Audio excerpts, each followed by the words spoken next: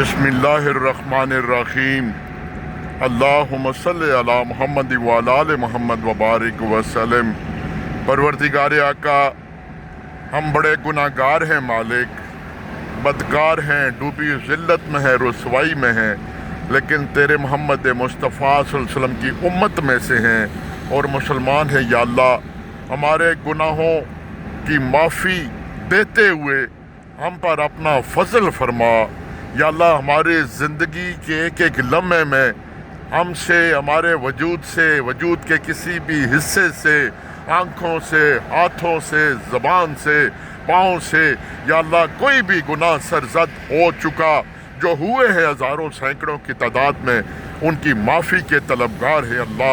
اللہ جو گھروں سے نکل چکے، ان کے ساتھ خیریت اور عافیت اور کرم والا معاملہ کرتے ہوئے ان کو خیریت سے منزلوں پر پہنچا کر عافیت کا معاملہ کرتے ہوئے گھروں کو خیریت سے لوٹانا۔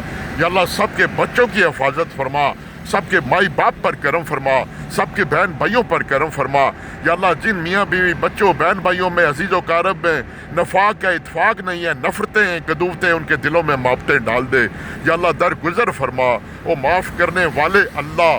یا اللہ، ہمیں نماز کی توفیق دے، نمازیں رہ جاتی ہے، یا اللہ ہمارے دل کو صاف کر دے۔ یا اللہ، ہمارے دلوں کو صاف کر دے، نفرت، بغض، کینہ نکال دے، جیلس پن نکال دے۔ یا اللہ، یا میرے اللہ، ناگہانی آفتوں سے پناہ مانگتے ہیں۔ یا اللہ، کسی بھی والدین کو جوان اولاد کی موت کا دکھ نہ دینا۔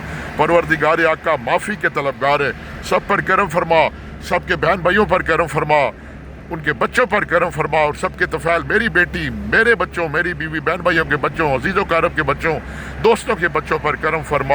وآخر دعوانا الحمدللہ رب العالمین۔